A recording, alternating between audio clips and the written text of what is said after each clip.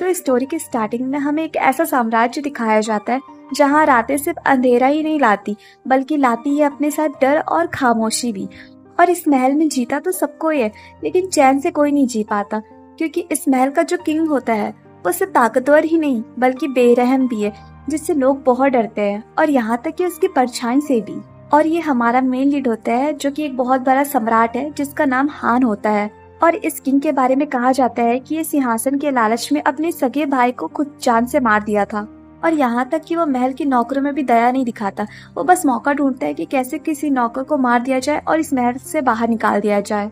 और इस किंग के बारे में कहा जाता है कि ये मेंटली बीमार है, क्योंकि जब जब सूरज डूबता है तब तब उसका पागलपन और बढ़ता ही जाता है।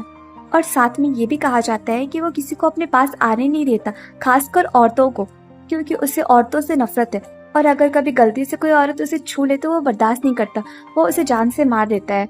और उसके लिए तो सब लोग बस एक गंदगी की तरह है, और हर डर के पीछे कोई ना कोई उसे खत्म करने वाला भी होता है। और ठीक इसी कहानी में हमारी एक मेन लीड है जिसका नाम वियोंग है, जो कि बहुत ही शांत दिखने वाली है, लेकिन अंदर से वो बेहद खतरनाक होती है, क्योंकि वो कोई आम लड़की नहीं बल्कि एक ट्रेंड खूनी होती है जिसका सिर्फ एक ही मकसद होता है, राजा को खत्म करना। और इसलिए वो चुपचाप से इस महल में दासी बनकर घुसती है और हर दिन एक मौका ढूंढती है राजा के करीब जाने का। उसके बाद हमें रात का समय दिखाया जाता है जहाँ महल शांत है, लेकिन इस सन्नाटे के बीच एक खेल शुरू हो चुका है, जहाँ हमारी वियोंग को दिखाया जाता है जो कि बस एक सही मौके का इंतजार कर रही थी ताकि राजा के करीब आ सके। और आज उसको वो मौका मिल चुका है, लेकिन आज उसे ये नहीं पता कि वो जिस राजा को मारने आई है वो बाकी लोगों जैसा बिल्कुल नहीं है। उसके बाद हमें महल का सीन दिखाया जाता है जहाँ से चिल्लाने की आवाजें आ रही थी, जिसको देख के महल की सारी मेड लोग डर जाती है, जहाँ हमारी मेन लीड भी दौड़ते दौड़ते अंदर जाती है देखने के लिए कि आखिर क्या बात है और लोग चिल्ला क्यों रहे हैं। तभी वो अपने सामने राजा के एक विशेष मंत्री को देखती है जिसका नाम सर यू होता है। और सर यू किंग के रूम से एक मेड को बाहर निकालते हैं और लोगों को चिल्लाकर बोलते हैं कि इस लड़की को अभी यहाँ से बाहर ले जाओ। जिस लड़की को देख के सारी मेड लोग डर जाती है और आपस में बात करने लगती है कि ना जाने ये कितनी बार हो चुका है, लेकिन चलो कम से कम इस बार ये अच्छा है कि किंग ने इस मेड को मारा नहीं, तो ये मेड बच सकती है। जिसको सुन के हमारी वियोंग भी कुछ कुछ सोच रही होती है। उसके बाद वो सर यू के पास जाती है और बोलती है कि सर यू, मैं सिलाई रूम से आई हूँ। जिसको सुन के सर यू बोलते हैं कि अच्छा, लेकिन आज से पहले तुम्हारा फेस मैंने कभी नहीं देखा। तो हमारी वियोंग बोलती है कि इसलिए सर, क्योंकि मैं ये प्लेस में पहली बार इंटर की हूँ और मैं यहाँ पे न्यू हूँ, मेरा नाम योंग है और मैं यून फैमिली से बिलोंग करती हूँ। जिसको सुन के मास्टर यू बोलते हैं कि यून फैमिली, वो ऐसे वो कुछ बोल ही रहे होते हैं, तभी अचानक से जो हमारे किंग होते हैं वो चिल्लाने लगते हैं और चिल्लाकर बोलते हैं कि मैंने कहा था ना कि इस लड़की को यहाँ से ले जाओ और कोई भी यहाँ पे ना आए। उसके बाद वो अपने आसपास के सारे कपड़े को फाड़ देते हैं और चिल्लाकर कहते हैं कि तुम सब यहाँ से चले जाओ और किसी को भी यहाँ पे अंदर मत आने दो। जिसको सुन के हमारी वियोंग बोलती है कि मास्टर यू, आखिर यहाँ पे क्या हो रहा है, महराज के साथ क्या हुआ है। तो यू बोलते हैं कि दरअसल हमारे महराज को रात में मेंटली थोड़ा कुछ प्रॉब्लम हो जाता है, और इस बीच अगर कोई मेड उसे छू लेती है तो महराज इसे बर्दाश्त नहीं कर पाते। जिसको सुन के वियोंग कुछ कुछ सोच रही होती है। तो मास्टर यू बोलते हैं कि हाँ मुझे पता है, तुम ये इसलिए सोच रही होगी क्योंकि तुम यहाँ पे न्यू हो और तुम्हें इसके बारे में कुछ भी नहीं पता, लेकिन एक चीज़ तुम्हें बता देता हूँ कि जैसे जैसे सूरज ढलता है वैसे वैसे हमारे महराज का गुस्सा और ज़्यादा बढ़ते जाता है, और वो फुल मून की रात बहुत ज़्यादा सेंसिटिव होते हैं, इसलिए उस दिन सबको संभल के रहना होगा उनसे। तो वियोंग बोलती कि अच्छा तो ये बात है, इसलिए मुझे सिलाई कक्ष में बहुत सारे कपड़े सिलने पड़ते थे राजा के, स्पेशली नाइट रोब।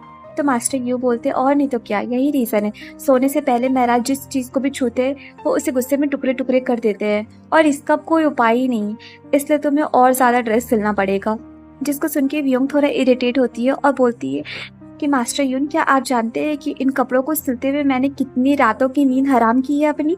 जिसको सुन के मास्टर यू पूरे शॉक्ड हो जाते हैं और सोचते हैं कि हाँ महल में इतनी सारी दासियां मर जा रही है और इसको अपनी नींद की फिक्र है। फिर सोचते कि ये लड़की तो काफ़ी इंटरेस्टिंग है। उसके बाद बोलते कि वैसे मुझे पता है कि ये रेशम का जो कपड़ा है उससे तुम्हें ऐसा ड्रेस बनाना बहुत मुश्किल लगता होगा, वो भी रात में जग के, तो पर कोई बात नहीं, अब इसका कोई उपाय नहीं है, तो तुमको करना ही पड़ेगा ये। और तुम जितना भी ड्रेस सिली वो सब बर्बाद हो चुका है, और इसलिए अब तुम्हें महाराज के पास जाना होगा और जितना भी बर्बाद वाला ड्रेस है उसे लेकर आना होगा और फिर से ठीक करना होगा, क्योंकि महाराज कोई भी वक्त नया ड्रेस मांग सकते हैं। इसलिए तुम अंदर जाओ और जल्दी से ड्रेस लेकर आओ। जिसको सुन के व्योम बोलती है कि लेकिन अगर मैं अभी अंदर गई तो महराज तो मेरा सर ही कलम कर देंगे।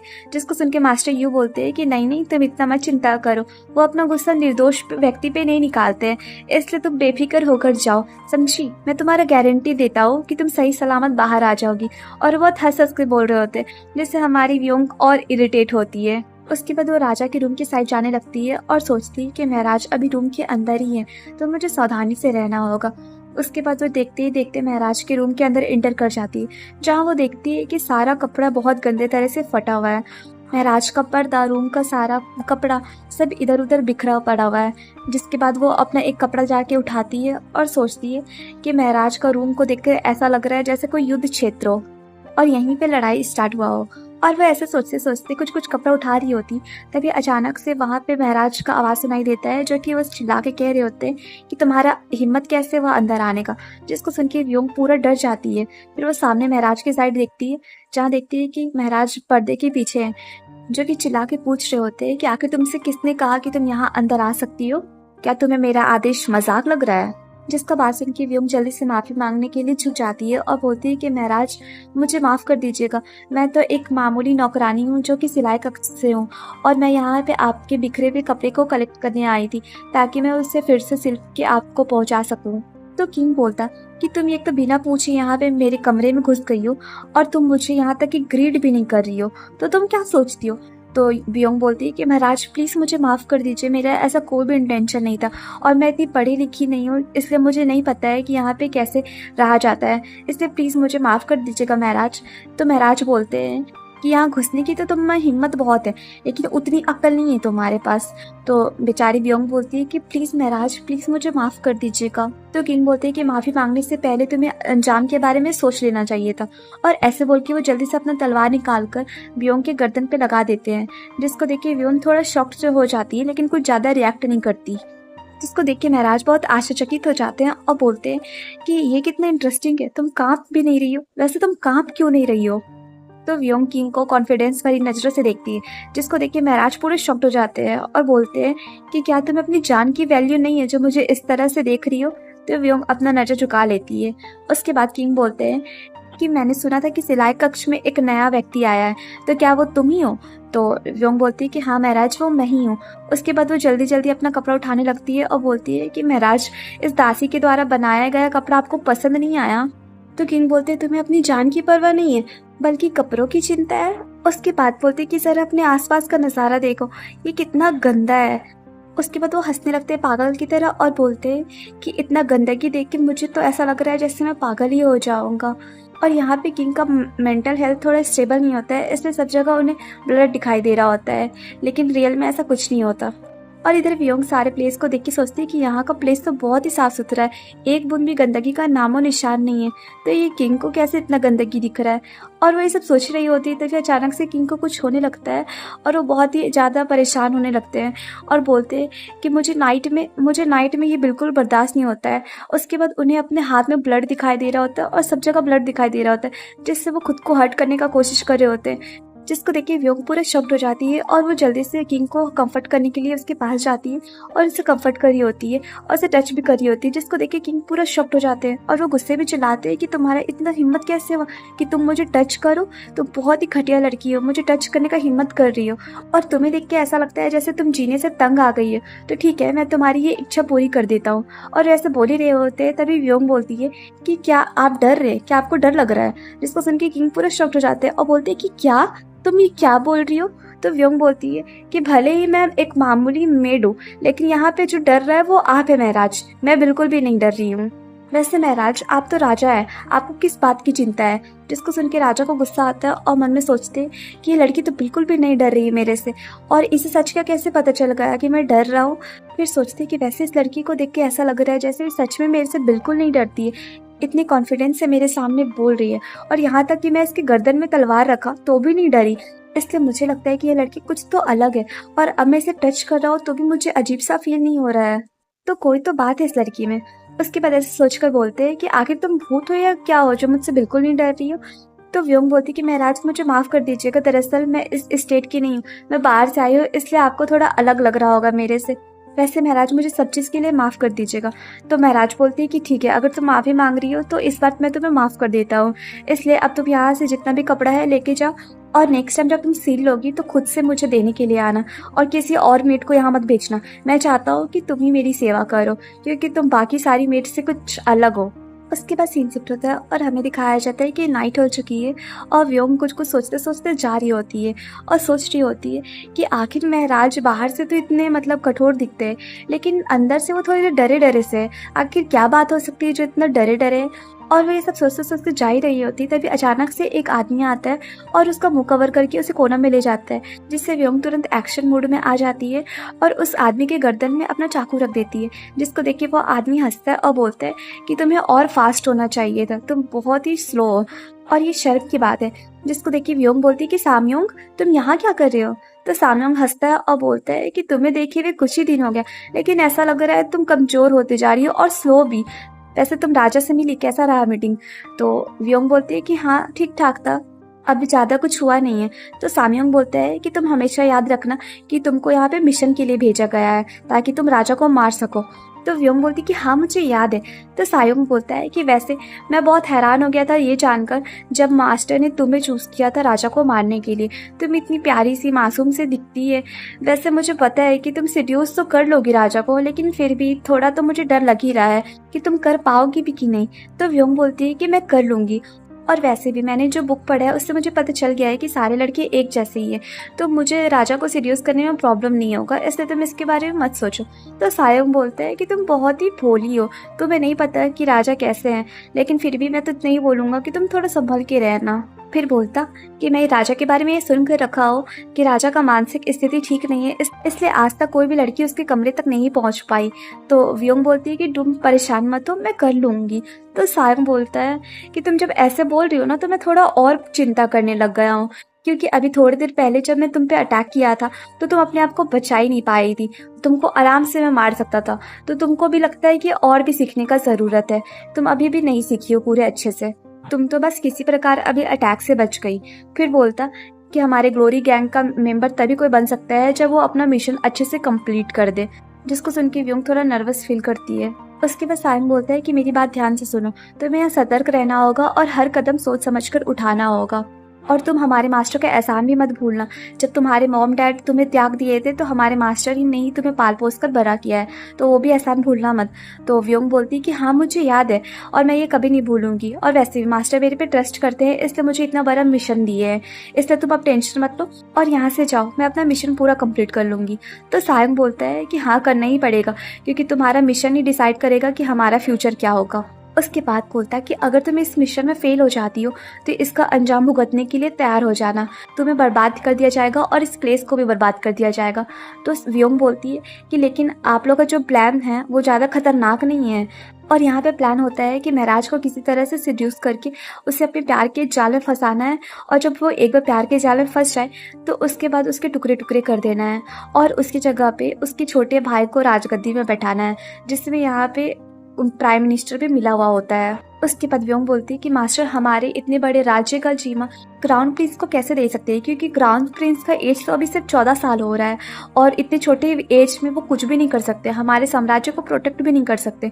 तो फिर आखिर हमारे मास्टर उन्हें क्यों देना चाहते हैं सत्ता, आखिर इस राज्य के पीएम हमारे मास्टर के साथ मिलकर ऐसा प्लान क्यों बनाए। तो सायन बोलता है क्योंकि यहाँ के पीएम हमारे गुट को संरक्षण देने के बारे में सोच रहे हैं, इसलिए मास्टर ने ऐसा फैसला लिया है, और अभी क्राउन प्रिंस छोटे इसलिए हमें टाइम मिल गया है यहाँ की करंट राजा को धीरे धीरे उखाड़ फेंकने का, इसलिए तुम बस उसे सिड्यूस करके अपने जाल में फंसाओ और हमारे लोग जल्दी ही महारानी का पता ढूंढ लेंगे, और एक बार जब पता मिल गया फिर तो हमारी योजना और आसान हो जाएगी, क्योंकि कोई इसे सपोर्ट करने वाला भी मिल जाएगा। इसलिए अब मास्टर के सवालों और प्लान के बारे में तुम उंगली मत उठाओ। तो व्योम बोलती है कि मैं कोई विद्रोह नहीं कर रही हूँ, मैं बस बहुत क्यूरियस थी ये जानने के लिए कि आखिर हमारे मास्टर ऐसा प्लान क्यों बनाए। वैसे छोड़ो, अब मैं जा रही हूँ, जल्दी जल्दी अपना मिशन भी तो कंप्लीट करना है मुझे। तो सायन बोलते हैं कि अगर तुम इस मिशन को कंप्लीट कर लेती हो तो ग्लोरी टीम की तुम पक्की मेंबर बन जाओगी, इसलिए तुम अपना 100% देना। तो व्योम बोलती है कि हाँ मैं समझ गई। उसके बाद सीन सेट होता है और हमें दिखाया जाता है कि दूसरा दिन हो चुका है और व्योम को उसकी दासी लोग रेडी कर रही होती है, और एक दासी उसके बाल को संवार कर बोल रही होती है कि वाह तुम्हारा स्किन कितना सॉफ्ट है और तुम्हारा हेयर भी कितना सिल्की है, क्या तुम इसी सुंदरता के साथ पैदा ली थी। तो व्योम बोलती है कि हाँ आप सही समझ रहे हैं। तो मेड बोलती है कि वैसे एक बात बताओ कि अगर तुम्हें प्रमोशन मिल जाएगा और तुम राजा की मिस्ट्रेस बन जाओगी तो मुझे भूल तो नहीं जाओगी ना। तो व्योम बोलती कि प्रमोशन मिस्ट्रेस वो तो इस जन्म में नहीं होने वाला है। तो मेड बोलती कि आखिर क्यों नहीं होगा, तुम इतनी सुंदर हो और राजा तुम्हें सुबह सुबह ही बुलाए, इसलिए देखो सब लोग तुम्हें रेडी भी कर रहे हैं, मैं भी रेडी कर रही हूँ। तो व्योम बोलती है कि वो तुम लोग इसलिए रेडी कर रही हो और वो मुझे इसलिए बुलाए हैं ताकि मैं उनके रूम की जाके साफ सफाई करूँ, और वो नहीं चाहते कि मैं अगर जाऊँ तो गंदे वस्त्रों में जाऊँ, इसलिए उन्होंने मुझे सजाने का आदेश दिया है। तो मेड बोलती है कि अगर मुझे ऐसे ही सानों सौकत से सच धज के रहना हो तो ये काम तो मैं भी करना चाहूँगी, वैसे मैं तुम्हारे लिए बहुत एक्साइटेड हूँ। और ऐसे बोलते बोलते वो व्योम को रेडी भी कर रही होती है। उसके बाद व्योम बोलती कि महराज आखिर अब तक सिंगल क्यों है, उन्होंने शादी क्यों नहीं की अभी तक। तो मेड बोलती है कि क्या आपको कुछ भी नहीं पता कि आखिर महराज महिलाओं से इतना दूर क्यों रहते हैं। तो व्योम बोलती है कि नहीं मुझे नहीं पता, बताओ। तो मेड बोलती है कि हाँ ये सच है कि महराज लड़कियों से दूर रहते हैं। वैसे 2 साल पहले एक दासी उनकी पत्नी बनने की उम्मीद से उनकी कक्ष में चुपके से घुसने की कोशिश की और वो लगभग मर ही गई थी, लेकिन किसी तरह बस बच गई। और उस घटना के बाद सरयू ने आदेश दिया कि महल में कोई भी लड़की महराज के निकट नहीं जाएगी, और जो भी जाएगी उसके साथ बुरा होगा। और देखो एक लड़की महराज के कक्ष में पहुंच गई कल रात में, और उसके साथ क्या हुआ। तो व्योम बोलती है कि क्या कल वाली लड़की मर चुकी है। तो मेड बोलती है कि नहीं नहीं, वो मरी नहीं है, बस किसी तरह वो जिंदा है, लेकिन वो महल में दोबारा कभी प्रवेश नहीं कर सकती। जिसको सुन के व्योम सोचती है कि मैंने महराज को छुआ और महराज मुझे जान से मारने की धमकी भी दी है, लेकिन फिर भी वो अपने कक्ष में मुझे दोबारा बुला रहे हैं। तो इसका मतलब ये हुआ कि महराज मेरे में इंटरेस्टेड है। चलो अच्छा है, अब मेरा मिशन थोड़ा इजी हो गया है। लेकिन मैं ये सोच रही हूँ कि महराज आखिर इस टाइम क्या सोच रहे होंगे। और इधर सीन शिफ्ट होता है और हमें महराज का सीन दिखाया जाता है, जहाँ पे वो सारे सामान को पटक रहे होते हैं और बोल रहे होते हैं कि सब लोग यहाँ से चले जाओ। मैंने कहा था ना कि कोई भी यहाँ पे नहीं आएगा, कल ही मैंने बोला था कि मेरी इजाज़त के कोई मेरे रूम में नहीं आएगा, लेकिन देखो आज फिर से मेरा बात कोई नहीं सुना है, मैं किसी को भी नहीं छोड़ूंगा। फिर बोलते कि कल वाली लड़की को तुरंत मेरे पास भेजो, जिसको बाहर से सरयू और व्योम भी सुन रही होती है। जिसको सुन के सरयू बोलते हैं कि तुम यहाँ पे क्यों खड़ी हो, अंदर जाओ। तो व्योम बोलती है कि सरयू आज मेरी ज़िंदगी का आखिरी दिन नहीं है ना, वैसे अगर मैं मर भी गई तो मुझे कोई रिग्रेट नहीं होगा, क्योंकि आप लोगों ने मुझे बहुत सुंदर से सजाया धजाया है, तो इट्स ओके। और ऐसे बोल के वो जाने लगती है। जिसको सुन के सरयू बोलते हैं कि नहीं ऐसे मत बोलो, ऐसा कुछ नहीं होने वाला है। तो व्योम बोलती है कि नहीं नहीं, मैं बस मजाक कर रही थी। और ऐसे बोल के वो अंदर जाने लगती है और जाते जाते सोचती है कि महराज का पागलपन बहुत ही शक्तिशाली है, फिर भी मेरे पक्ष में ये काम कर रहा है, और मैं महराज की नज़र में आ गई हूँ तो मेरा जरूर कुछ न कुछ फ़ायदा होगा। उसके बाद सोचती कि चाहे जल्दी हो या लेट, लेकिन मुझे कुछ भी करके उन्हें अपने प्यार के जाल में फंसाना ही होगा, ताकि वो अपनी जान से ज़्यादा मुझसे प्यार करे। और जब वो एक बार मेरे प्यार के जाल में फंस जाएंगे तब मैं उन्हें चकनाचूर कर दूंगी। और ऐसे सोचते सोचते वो महराज के सामने आ ही जाती है। जिसको देख के महराज बोलते हैं कि आने में इतना लेट कैसे हो गया। तो व्योम बोलती है कि महराज मुझे माफ़ कर दीजिएगा, लेकिन जैसे मुझे पता चला कि आप मुझे बुला रहे हैं अपने पास, तो मैं इतना डर गई थी कि डर से कांपने लग गई थी, और मेरे पैर भी स्लो स्लो आगे बढ़ रहे थे, इसलिए महराज मुझे इतना लेट हो गया। तो महराज बोलते हैं कि तुम वही लड़की हो ना जिसने अपनी गर्दन पर तलवार होने के बावजूद मेरी आंखों में आंखें मिलाकर देखा, तो अभी तुम झूठ क्यों बोल रही हो। तो व्योम बोलती कि महराज आप कैसे जान सकते हैं कि मैं झूठ बोल रही हूँ। तो महराज बोलते वो इसलिए क्योंकि तुम अभी कह रही हो कि तुम मुझसे बहुत ज़्यादा डरी हुई थी और डर से कांप रही थी, और देखो अभी तुम मेरे बात का सीधा सीधा आंसर कर रही हो, मैं जो पूछ रहा हूँ सब पलट के आंसर कर रही हो, तो इसका मतलब तो यही हुआ ना कि तुम इससे झूठ बोल रही हो। तो व्योम बोलती कि महराज मुझे माफ़ कर दीजिएगा। तो राजा सोचते हैं कि ये तो काफ़ी बोल्ड है, बिल्कुल भी नहीं डर रही है, और इसके मन में जो है सब बात मुझे खुल के बोल रही है, और ऐसा लग रहा है जैसे कि मेरे आर पार देख सकती है, बिल्कुल उसी इंसान की तरह। उसके बाद बोलती कि तुम मुझसे मत डरो, मैं तुम्हें नहीं डराऊंगा। जिसको सुन के व्योम मुस्कुराती है और बोलती है कि महराज मुझे अच्छा लगा ये जानकर कि आप मुझे नहीं डराओगे, लेकिन मैं कल रात की बात को याद करके थोड़ा डर रही थी, लेकिन आप इस राज्य के राजा होने के बावजूद मुझे बोले कि आप मुझे नहीं डराओगे, तो इट्स ओके, आज से मैं महाराज से बिल्कुल नहीं डरूंगी। और ऐसे बोल के वो किंग को सीड्यूस करने का ट्राई कर रही होती है, जिसको देख के किंग पूरा ब्लश कर रहे होते हैं। उसके बाद वो किंग को टच करने का ट्राई कर रही होती है, जिसको देख के किंग बोलते हैं कि मेरे नज़दीक मत आओ, और ऐसे बोल के वो पीछे खसकते जा रहे होते हैं। जिसको देख के व्योम बोलती है कि आप मुझसे दूर क्यों जा रहे हैं। तो किंग बोलते हैं कि मैं तुम्हें यहाँ पे अपने साथ सोने के लिए नहीं बुलाया हूँ। तो व्योम बोलती है कि महाराज तो फिर मुझे क्यों बुलाया यहाँ पे। और ऐसे बोल के वो महराज को फिर से सीड्यूस करने का ट्राई कर रही होती, जिसको देख के महराज पूरा ब्लश कर रहे होते हैं और बोलते हैं कि मैं तुम्हें अपने साथ सोने के लिए नहीं बुलाया हूँ, बल्कि मैं यहाँ पे तुम्हें खड़े रहने के लिए बुलाया हूँ, वहाँ कोने में। जब तक मैं सो के उठ नहीं जाता तब तक तुम बस उस कोने में खड़ा होकर मुझे सोते देखोगी। तो व्योम बोलती है कि ठीक है महराज, मैं समझ गई।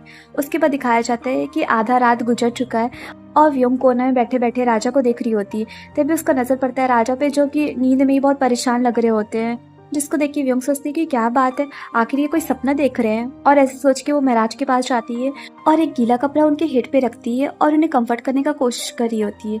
और इधर महराज नींद में अपने भाई का नाम पुकार रहे होते हैं, जिसको देख के व्योम सोचती है कि ये तो सिंहासन के लालच में अपने भाई को जान से मार दिए, तो फिर अब सपना में उन्हें देख के याद क्यों कर रहे हैं और रो क्यों रहे हैं। और वे सब सोच ही रही होती है, तभी किंग उसका हाथ पकड़ लेते हैं और बोलते हैं कि भाई प्लीज मुझे छोड़कर मत जाओ, थोड़ी देर और मेरे साथ रहो प्लीज प्लीज। और ऐसे बोलते बोलते उसकी आंखों में आंसू आ जाता है, जिसको देख के व्योम सोच रही होती कि आखिर इस आंसू का क्या मतलब है, क्या राजा ने अपने भाई को नहीं मारा या फिर कोई मिसअंडरस्टैंडिंग हुई है यहाँ पे। फिर सोचती कि छोड़ो, ये सब सोचने का मेरे पास इतना टाइम नहीं है, मुझे तो बस जल्दी से जल्दी अपना मिशन कंप्लीट करना है, क्योंकि अगर मैं मिशन नहीं कंप्लीट करूँगी तो फिर ये जगह मेरे लिए सेफ नहीं होगा। और जिस तरह से मास्टर ने सायों को मेरे पीछे लगाया है, मुझे ऐसा लगता है कि मास्टर भी मेरे पे पूरा तरह से बिलीव नहीं करते, इसलिए तो वो निगरानी के लिए किसी को रखे हैं मेरे पीठ पीछे। फिर सोचती कि मुझे कुछ भी करके महराज को जल्दी से सिड्यूस करना होगा और अपने प्यार के जाल में फंसाना होगा, और कुछ भी करके मुझे ये मिशन को जल्दी से जल्दी कंप्लीट करना होगा। और ऐसे सोच के वो महराज को सिड्यूस करने लग जाती है, जिससे महराज पूरा ब्लश करने लगते हैं। तो गाइस, ये चैप्टर यहीं पे एंड हुआ और आप लोग मुझे कमेंट करके जरूर बताइएगा कि ये न्यू स्टोरी आप लोगों को कैसी लग रही है, और अगर अच्छी लग रही है तो प्लीज़ वीडियो को लाइक शेयर सब्सक्राइब कीजिए और हाइप करना भी मत भूलिए। मिलते हैं नेक्स्ट वीडियो के साथ, तब तक आप लोग अपना ख्याल रखिए। Bye bye.